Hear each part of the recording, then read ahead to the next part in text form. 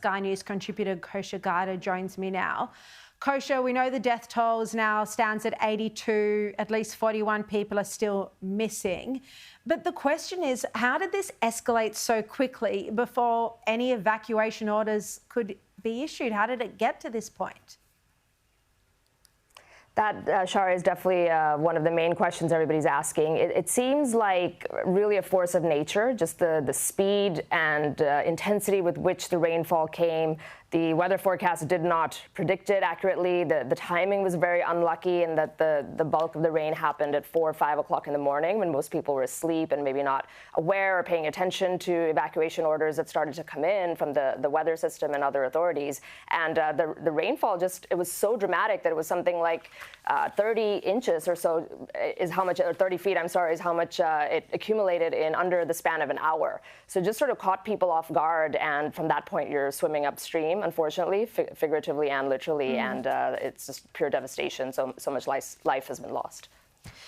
And what's so devastating about this is in the US, summer camps are a very big thing, and many of those who are missing or even were killed were children on a summer camp. Yeah, so this it's a camp called Mystic Camp in this area in central Texas. Is really beautiful. It's sort of a valley. It's very mountainous around it, and it's a popular place for camps, including summer camp. 28 children out of that death toll are children from ages as young as 6 to 16, and there is search and rescue missions going on right now, and something like 11 of the people that we still have missing are still, unfortunately, very young children. So it's just really, really sad. These people were at summer camp and sleeping in their campers where this rainfall just came kind of out of nowhere and just snuck up on them. It's just so devastating, and there's an expected 25 to 75 millimetres more rain expected in the coming days. So that is... hopefully the situation doesn't get worse. At least people are prepared now, but, you know, for those missing, just terrible. Now, Coach, I want to ask you about Elon Musk's new political party. He's calling it the America Party. Trump has responded to it. Have a look at this. I think it's ridiculous to start a third party. We have a tremendous success with the Republican Party.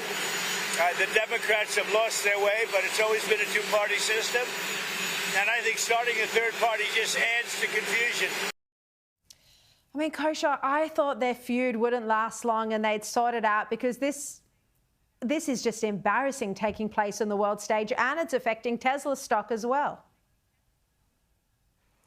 Yes, this is, people have likened it to Godzilla versus King Kong, where they just are these two big juggernaut figures. And I also thought, like you, Sharri, that it was just words and rhetorical back and forth, but he does seem to be doubling down with this. Where Trump is coming from with that statement is in the U.S., which is a winner-take-all system.